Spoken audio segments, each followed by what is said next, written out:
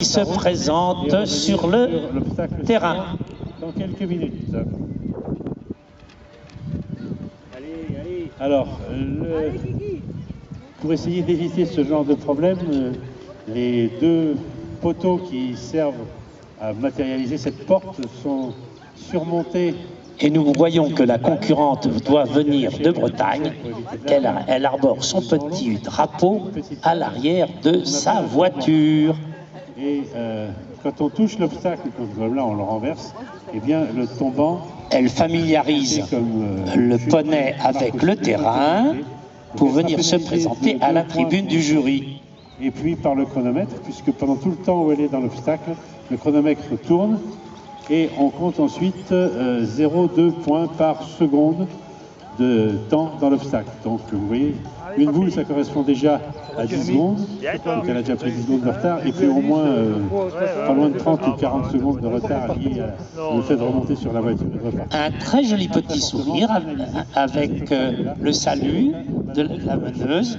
Eh bien, pour la concurrente, nous allons sonner la cloche. C'est le numéro 143. Orlane Le Borissi.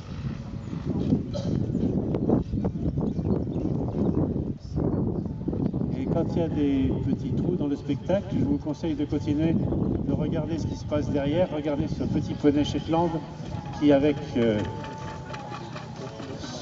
bambin, je ne sais pas d'ici quel âge il a, toujours la chute, même quand on est sur un petit poney.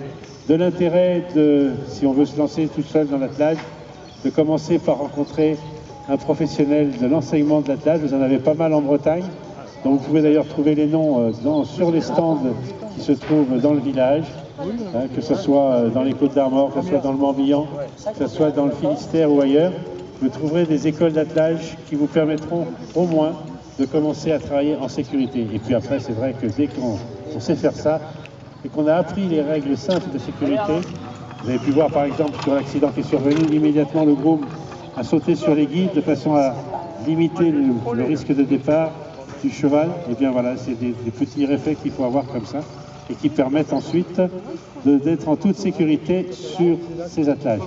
Donc n'hésitez pas, avant de partir tout seul dans la campagne, contactez des professionnels, quelques heures de cours, et vous serez tout à fait capable à ce moment-là de vous faire plaisir sans risque. On retrouve Françoise Dubos qui a l'air remise de ses émotions dans l'obstacle Sanders. Et avec toujours son mari accroché à l'extérieur de la voiture.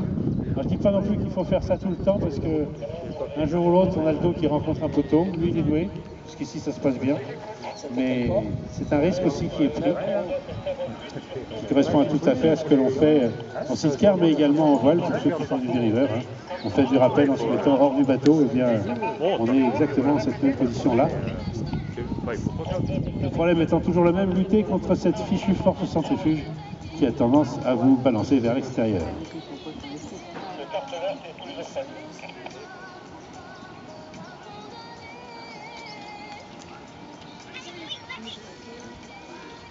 Allez.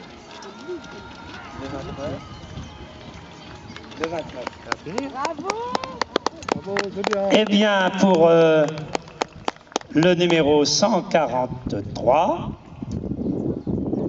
3 balles sur la piste, la porte 1, la porte 4A et la porte 5.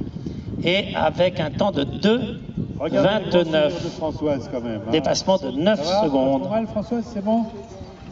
C'est bon? Ça va? Allez.